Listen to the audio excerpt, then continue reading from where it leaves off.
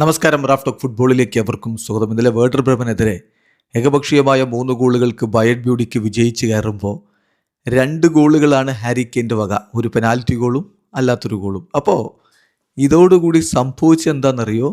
Harry Kane തൻ്റെ കരിയറിൽ 500 ഗോളുകൾ തികച്ചിരിക്കുന്നു. 500 ഗോളുകൾ. അത് ക്ലബ്ബുകൾക്കും അതുപോലെ തൻ്റെ ദേശീയ ടീമിനുമായിട്ടാണ് അദ്ദേഹം ഈ 500 ഗോളുകളിലേക്ക് എത്തിയിരിക്കുന്നത് എന്ന കാര്യം അറിയുക. 32 വയസ്സുണ്ട് ഹാരി കെയിന്. ഇവിടെയാണ് ക്രിസ്ത്യാനോ റൊണാൾഡോ വളരെ ശ്രദ്ധേയനായി മാറുന്നത്. അദ്ദേഹം ഇന്നലെയും ഗോളടിച്ചു. 41 വയസ്സുണ്ട്.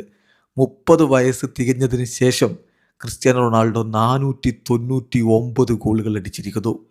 ഹാരി കെയിൻ്റെ കരിയറിൽ ആകെ അദ്ദേഹം നേടിയിരിക്കുന്നത് 32ാമത്തെ വയസ്സിൽ 500 ഗോളുകളാണെങ്കിൽ 30 വയസ്സിന് ശേഷം 499 ഗോളുകൾ എന്നറിയുമ്പോഴാണ് ക്രിസ്ത്യാനോ എത്രത്തോളം നമ്മളെ ഞെട്ടിക്കുന്നു, എത്രത്തോളം ക്രൈസി ആയിട്ടുള്ള ഒരു പെർഫോമൻസ് ആണ് നടത്തിക്കൊണ്ടിരിക്കുന്നത് എന്നത് വ്യക്തമാകുന്നത്. ഇനി ഹാരി കെയിൻ്റെ ഈ 500 ഗോളുകളിൽ എക്സാക്ട്ലി 100 പിറന്നിരിക്കുന്നത് പെനാൽറ്റി ഗോളുകളാണ്. അപ്പോൾ പെനാൽറ്റി അടിച്ച് ഗോളാക്കുക എന്നുള്ളത് ചിലരൊക്കെ ക്രിസ്ത്യാനോയുടെ കാര്യമൊക്കെ വരുമ്പോൾ ഒന്ന് താഴ്ത്തി പറയാൻ വേണ്ടി എടുത്ത് കാണിക്കാറുണ്ട്.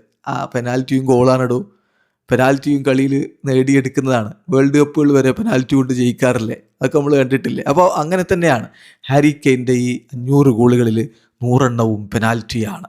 ഏതായാലും രണ്ടുപേരും ഇപ്പോൾ ഗോളടിച്ചു കൂട്ടി മുന്നോട്ട് പോയിക്കൊണ്ടിരിക്കുകയാണ്. ഹാരി കെയിൻ തകർപ്പൻ പ്രകടനം ബയൺ മ്യൂണിക്കിൽ എത്തിയതിന് ശേഷം തുടർന്നുകൊണ്ടേയിരിക്കുന്നു. വേൾഡ് കപ്പിലേക്ക് അടുക്കുമ്പോൾ അദ്ദേഹത്തിൽ വലിയ പ്രതീക്ഷയാണ് തോമസ് ടൂഷേലിനും സംഘത്തിനുമുള്ളത്. അതുപോലെ ക്രിസ്ത്യാനോ റൊണാൾഡോ 41 വയസ്സായിട്ടും, ഇപ്പോൾ 41 വയസ്സിന് ശേഷമുള്ള അദ്ദേഹത്തിൻ്റെ ആദ്യ ഗോളാണ് ഇന്നലെ നമ്മൾ കണ്ടത്. അപ്പോൾ 41 വയസ്സായിട്ടും അദ്ദേഹവും ഗോളടി തുടരുന്നുണ്ട്. വേൾഡ് കപ്പിൽ ഗോൾ വലകൾ ഒരുപാട് കുലുങ്ങും ഈ 2 താരങ്ങൾ കാരണം. ഇത് തന്നെ പ്രതീക്ഷിക്കാം. വീഡിയോ അവസാനിക്കുന്നു.